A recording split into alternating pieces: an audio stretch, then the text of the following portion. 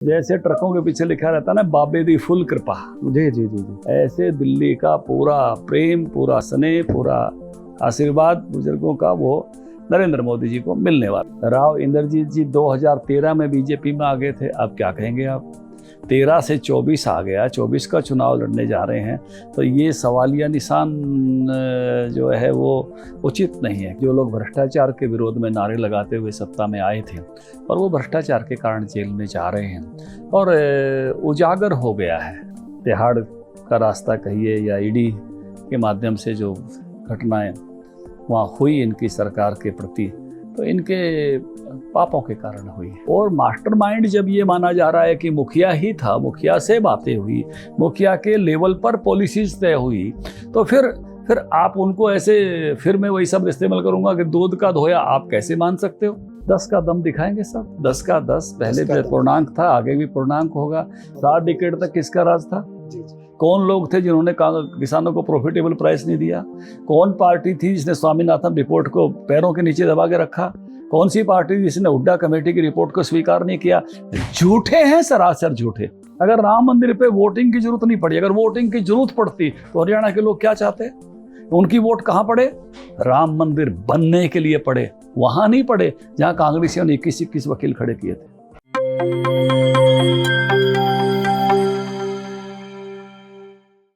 प्यारे दोस्तों, सादर अभिवादन।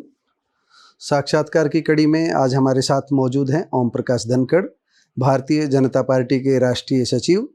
हाल ही में, बल्कि एक दिन पहले ही इन्हें दिल्ली प्रदेश का चुनाव प्रभारी नियुक्त किया गया है। चुनाव होने जा रहे हैं दिल्ली में, पूरे देश में ही लोकसभा के चुनाव होने जा रहे हैं।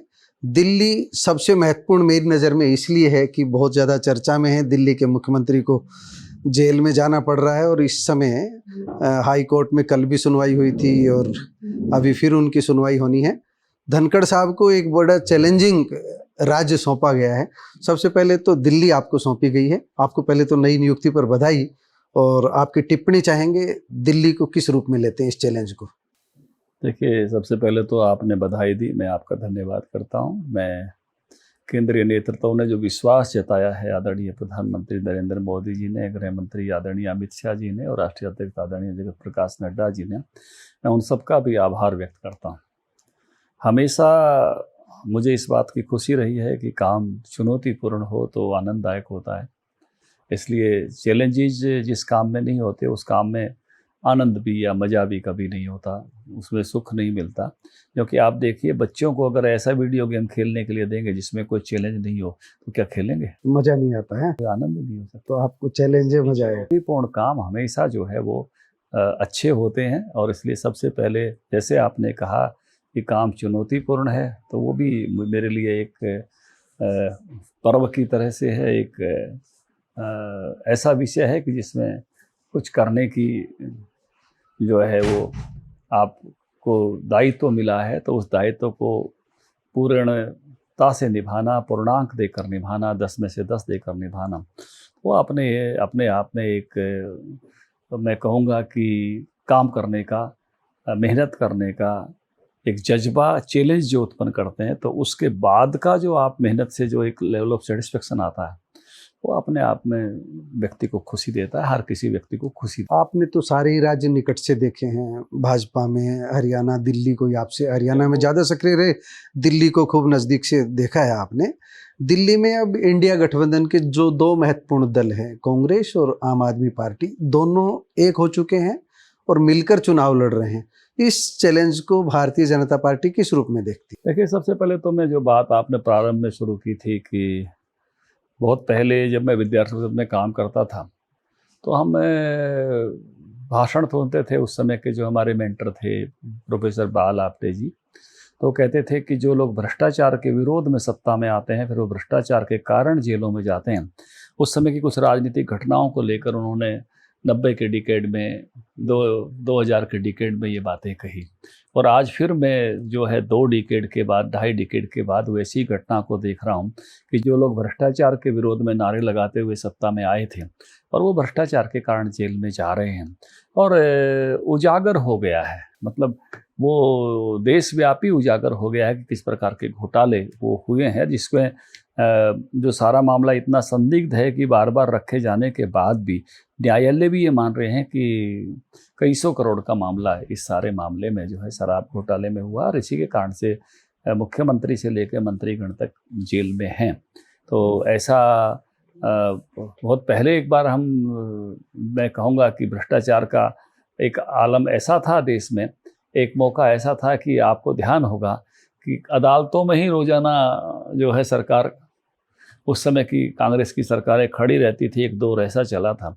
लेकिन आज फिर से मैं उसी प्रकार का दिल्ली की दृष्टि से देख रहा हूँ, और दिल्ली के नागरिकों में भी इस बात को लेकर पूरी सजगता बढ़ी है कि जिन लोगों को हमने ये सोचकर मसीहा माना था कि हमारा भला करेंगे, वो दिल्ली को दारू के मामले में किस प्रकार से, हमारे यहाँ तो कहा है कि शराब से बड़ा जो है वो नुकसान करने वाला कोई और वो तत्व होता नहीं है। तो जिस प्रकार से दिल्ली को दारू में एक के बदले एक फ्री जैसी योजनाएं लाकर, जिस प्रकार से शराब के जो उत्पादक थे, जो ट्रेडर्स थे, उनका मुनाफा बढ़ाने के लिए इस प्रकार से पॉलिसीज बनाई गई, बदली गई, तो वो सारी संज्ञान में आए। इसी कारण से सब लोगों ने वो जो तिहाड़ का रास्ता कहिए या ईडी के माध्यम से जो घटनाएं वहाँ हुई इनकी सरकार के प्रति, तो इनके पापों के कारण हुई है। लेकिन एक सवाल उठ रहा है, बहुत राजनीतिक क्षेत्र में भी उठ रहा है, सामाजिक क्षेत्र में भी उठ रहा है, और पत्रकारिता जगत में भी ये उठ रहा है कि ऐन चुनाव के मध्य जो ये ईडी की जो कार्रवाई हुई है, ऐन चुनाव के मध्य हुई है, समय को लेकर के सवाल उठ रहे हैं। केजरीवाल को अभी किसी अदालत ने दोषी नहीं ठहराया है और अदालत में मामला विचाराधीन है। ऐसा कहा जा रहा है कि उनको जानबूझ करके चुनाव के समय गिरफ्तार किया गया है ताकि वह प्रचार नहीं कर सके। कांग्रेस के और दूसरे दलों के इन आरोपों पर आप क्या सफाई देंगे, किस तरह जस्टिफाई? अब इतनी वो तो क्रॉनिकली जिसको कहते हैं ना, डेट अनुसार उनको कितने नोटिस मिले? 9। तो वो इनको चुनाव तक कौन लाए? खुद ही आए हैं। कोर्ट में कौन गए? कोर्ट ने क्या कहा? तो यहाँ तक लाने का श्रेय आप ईडी को नहीं दे सकते, एजेंसियों को नहीं दे सकते। एजेंसियां स्वतंत्र हैं, फिर भी उनको नहीं दे सकते। इनको यहाँ तक लाने का श्रेय तो स्वयं केजरीवाल जी को है। समय से पहले इस सारे मामले को निपटा सकते थे। अगर अपने जो हरियाणा में कहते हैं दूध के दोहे थे, तो दूध के दोहे पहले से ही चले जाते और वो अपना साफ कर देते चीज़ों की भी, जैसा आप कह रहे हो वैसी चीज़ें नहीं है। लेकिन देश की न्याय व्यवस्था उनको वैसा मान तो नहीं रही ना। कितने महीनों से इससे जुड़े हुए उनके मंत्रीगण जब अंदर हैं, और मास्टरमाइंड जब ये माना जा रहा है कि मुखिया ही था, मुखिया से बातें हुई, मुखिया के लेवल पर पॉलिसीज तय हुई, तो फिर आप उनको ऐसे, फिर मैं वही शब्द इस्तेमाल करूंगा कि दूध का धोया, आप कैसे मान सकते हो? तो वो तो तभी मानने जाएगा ना, तब न्याय व्यवस्था ये कहेगी कि भई ये दूध के धोए थे। अब जब एक बार आरोप आते हैं तो बयानों से काम नहीं चलता है, आपको तथ्यों के आधार पर अदालतों में अपने आप को साबित करना पड़ता है कि फैक्ट्स ये हैं। तो वो साबित कर पाते हैं जब अदालतें बाइज्जत उनको बरी करती हैं, नहीं कर पाते उनको दंड भुगतने पड़ते हैं। तो अभी तो सारा का सारा मामला जिस प्रकार का अदालत भी समझ पा रही है, क्योंकि अदालत ने भी बहुत सेंसिटिव विषय था सर, क्योंकि जैसा मुझे व्यक्तिगत जानकारी नहीं है, लेकिन आप जैसे साथियों के माध्यम से, मीडिया से जो जानकारी मिली, ईडी ने जब जानकारी दी अदालत को, तब उनको ये अनुमति मिली है, तब अनुमति मिली है। चलिए, तो अभी दिल्ली के चुनाव प्रभारी के नाते कब दिल्ली जा रहे हैं, कब काम संभाल रहे हैं दिल्ली जाकर के? मैं कल सुबह ही दिल्ली 11 बजे हमारा जो 14 पंथ मार्ग का दिल्ली भारतीय जनता पार्टी का कार्यालय है, वहाँ पर चुनाव प्रचार के प्रारंभ करने के लिए वहाँ हवन हो रहा है। जी। संयोग ऐसा है कि मेरे को दायित्व कल रात्रि में ही मिला है, तो कल हवन से ही मैं उसमें जो है, हवन अपने यहाँ एक पवित्र आयोजन माना जाता है, तो उसका मैं हिस्सा बनूंगा, और वहीं से जो है इस अभियान में हम आगे बढ़ेंगे। दिल्ली की साथ दिल्ली पहले भी आशीर्वाद नरेंद्र मोदी जी को देती रही है। दिल्ली दिल वालों की है, ज़बरदस्त लोगों की है, देश को समझती है, देश के मुद्दों को समझती है, एजेंडे को समझती है, प्रगति को समझती है। तो ऐसी दिल्ली का फिर से आशीर्वाद, जैसे वो तो आपको उम्मीद है कि सात की सात सीटें ले लेंगे? जैसे ट्रकों के पीछे लिखा रहता ना, बाबे दी फुल कृपा, जी जी जी जी। ऐसे दिल्ली का पूरा प्रेम, पूरा स्नेह, पूरा आशीर्वाद बुजुर्गों का वो नरेंद्र मोदी जी को मिलने वाला। धनखड़ साहब के साक्षात्कार में हरियाणा की बात नहीं हो तो साक्षात्कार अधूरा रहता है। थोड़ी हरियाणा की हम चर्चा करेंगे। हरियाणा में भी 10 लोकसभा सीटें हैं। पार्टी अपने चेहरे उतार चुकी है, सभी चेहरे मैदान में आ चुके हैं। एक सामान्य बात उठ रही है कि भारतीय जनता पार्टी अपने कार्यकर्ताओं को चुनाव मैदान में उतारने की हिम्मत नहीं कर पाई। मोदी की इतनी ज़बरदस्त लहर बताई जा रही है, मोदी मोदी हो रहा है, मोदी मैजिक की बात हो रही है, मोदी की गारंटी की बात हो रही है। फिर अभी जो लास्ट में ही जो 4 सीटें डिक्लेयर की है, भाजपा उधार के चेहरे क्यों लेकर के आई है? अपने कार्यकर्ताओं पर भरोसा क्यों नहीं किया? देखिए, ऐसा नहीं कह सकते आप। बन तो क्या है, भारतीय जनता पार्टी के कार्यकर्ता हैं, बचपन से परिवार में देखा। मैं 6 सीटों की बात कर, बंतो कटारिया की बात नहीं कर रहा, मैं कृष्णपाल गुर्जर की बात नहीं कर रहा। मैं आता हूँ आपके पास। फिर मनोहर लाल जी क्या हैं, पार्टी के कार्यकर्ता हैं। आप में 4 की नहीं, मोहन लाल जी क्या हैं, पार्टी के कार्यकर्ता हैं। राव इंद्रजीत जी 2013 में बीजेपी में आ गए थे, अब क्या कहेंगे आप? 13 से 24 आ गया, 24 का चुनाव लड़ने जा रहे हैं, तो ये सवालिया निशान जो है वो उचित नहीं है। मतलब भाजपा एक्सेप्ट कर। कृष्णपाल जी गुर्जर बहुत वर्षों से हमारे प्रदेश, नहीं मैं उनको नहीं कह रहा, मैं तो बहुत अच्छे कार्यकर्ता रहे। धर्मवीर जी 1 डिकेड से ज़्यादा से 2 बार से भारतीय जनता पार्टी के सांसद हैं, तो उनको आप नया कह के थोड़ी प्रस्तुत करोगे। ये रणजीत सिंह जी को आप कह सकते हो कि वो अभी आए, लेकिन वो भी 5 वर्षों से बीजेपी के साथ सरकार में बिल्कुल कंधे से कंधा मिला के काम कर रहे थे। हाँ, तंवर जी बिल्कुल आप कह सकते हो। तंवर जी है, नवीन जिंदल है, रणजीत चौटाला हैं। तो जो है रणजीत जी तो पिछले 5 साल से सरकार के साथ काम ही कर रहे थे। तंवर जी और जो है नवीन जी को आप कह सकते हो, लेकिन ज़्यादा आप बड़ा ग्रुप देखोगे तो भारतीय जनता पार्टी के पुराने लोगों का है, सधे हुए लोगों का है। तो हरियाणा में क्या संभावना देख रहे हैं आप? 10 का दम दिखाएंगे सब, 10 का 10। पहले जो पूर्णांक था, आगे भी पूर्णांक होगा। हरियाणा जब देता है दिल खोल के देता है। हरियाणा मोदी जी को बहुत प्यार करता है। एक धनखड़ साहब की टिप्पणी चाहेंगे। ऐन चुनाव से पहले नायब सैनी का आना, मनोहर लाल का जाना पार्टी को नुकसान पहुंचाएगा, फायदा पहुंचाएगा, या गलत समय पर सही समय पर? क्या सोचते हैं ये जो फैसला लिया गया, आपकी टिप्पणी चाहेंगे। देखिए, 2 का दम। देखिए, वो तो साफ दिख रहा है। जो है मनोहर लाल जी एक अनुभवी नेता के रूप में पुराने हैं, नायब जी एक फ्रेश चेहरा जो है, जिसको कहें कि एक नई शुरुआत है। तो दोनों की अपनी अपनी प्रतिभा के साथ जब आगे बढ़ेंगे तो एक प्लस हो गया हमारे पास, है ना। तो उस नाते से हमको 2 का दम मिलेगा। हरियाणा में और दिल्ली में कोई 2-3 ऐसे बड़े राजनीतिक मुद्दे जिनको लेकर के धनखड़ साहब सोचते हैं कि भाजपा आक्रामक तरीके से उन मुद्दों को लेकर के चुनावी मैदान में जा रही है? देखिए, सबसे बड़ी बात यह है कि भारत की तरह से सोचने लगा है। भारत अपनी सामर्थ्य पर बढ़ने लगा है। भारत आज एक सशक्त भारत है। जैसा भारतीय की एक इच्छा थी कि मैं एक मजबूत देश के रूप में हूँ, मेरे पे कोई आतंकवादी हमले नहीं करें, कोई अड़ोसी पड़ोसी छेड़छाड़ नहीं करें, मेरा अपना make in India, made in India का सामर्थ्य बढ़े, तो भारत की तरह सोचने लगा है। सबसे बड़ा मोदी जी की देन ये है। भारत दुनिया को बताने लगा है कि हमको हमारे नज़रिए से देखो, अपने नज़रिए से केवल देखने की हमको ज़रूरत नहीं है या समझाने की ज़रूरत नहीं है। भारत का प्राचीन गौरव बहाल हो रहा है, चाहे राम मंदिर हो, चाहे काशी विश्वनाथ हो, चाहे अन्य हमारे जो जितने भी देवस्थान हैं, हमारे करतारपुर साहिब हों, उनका जो पुनरुद्धार हुआ या रास्ते खुले, वो एक है जिससे भारत अपने अतीत पर गौरव कर सके। ये तो अतीत से कटा हुआ हम महसूस करते थे। तो अतीत था, लेकिन वहाँ गौरवान्वित होने के पल कम थे। आज इसी तरह से फिर भारत अपने उन सब वीर पुरुषों का, शहीदों का सम्मान कर रहा है जिनको कांग्रेसी काल में जो जगह मिलनी चाहिए थी नहीं मिली थी। 2 साल पहले नेताजी सुभाष चंद्र बोस को गायब होना पड़ा था। अपने यहाँ तो रागनियाँ बन गई थी कि अंग्रेज भी चले गए, आज़ादी भी आ गई, लेकिन सुभाष तुम नहीं आए। आज मैं जब नेताजी सुभाष चंद्र बोस को जहाज पंचम की जगह पर देखता हूँ तो आनंद से मन भर जाता है। कर्तव्य पथ पर जब चलता हूँ तो लगता है कि वो राजपथ जो था वो किस प्रकार से आज उसकी प्रेरणा नेताजी सुभाष चंद्र बोस हैं। जब शहीदों का सम्मान के लिए नेशनल वार मेमोरियल देखता हूँ, हम अपने शहीदों के नाम पर टापू देखते हैं।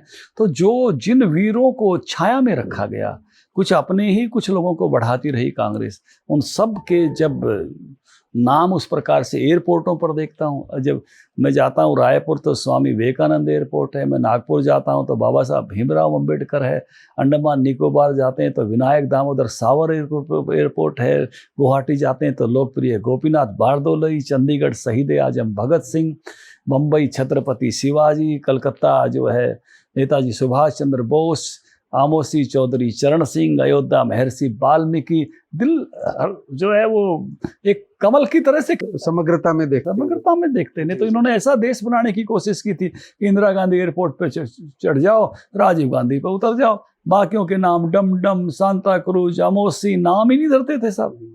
तो ये इस प्रकार का जो देश बनाने की कोशिश की थी, आज वो देश अपनी पूरी प्रतिभा के साथ खड़ा हो रहा है। ये देश दुनिया में देश का सम्मान बढ़ा जब हमारे नेता का, हमारे देश का। आज मुझे इस बात पे गर्व है कि मेरा नेता दुनिया का सबसे लोकप्रिय नेता है। भारत की बात नहीं कर रहा मैं, दुनिया का सबसे लोकप्रिय नेता है। दुनिया में सर्वाधिक सम्मान मेरे नेता का है। सर आज केवल मेरे नेता का सम्मान नहीं, भारतीय कम्युनिटी का सम्मान पूरी दुनिया में है, भारतीयों का सम्मान है। आज भारतीय नागरिक अमेरिकी नागरिक से भी ज्यादा अपने आप को सुरक्षित महसूस करता है कि कहीं दिक्कत आई तो भारत मुझे संभालेगा और सबसे पहले मुझे लेकर आएगा। ये भारत कृषि प्रधान देश है और मेरे सामने बैठे हैं किसान नेता। प्रोक्योरमेंट का समय चल रहा है, खरीदी का समय चल रहा है हरियाणा में, दूसरे राज्यों में भी बस खरीदी का समय है। एमएसपी का इश्यू वहीं की वहीं खड़ा है जहां से चला था।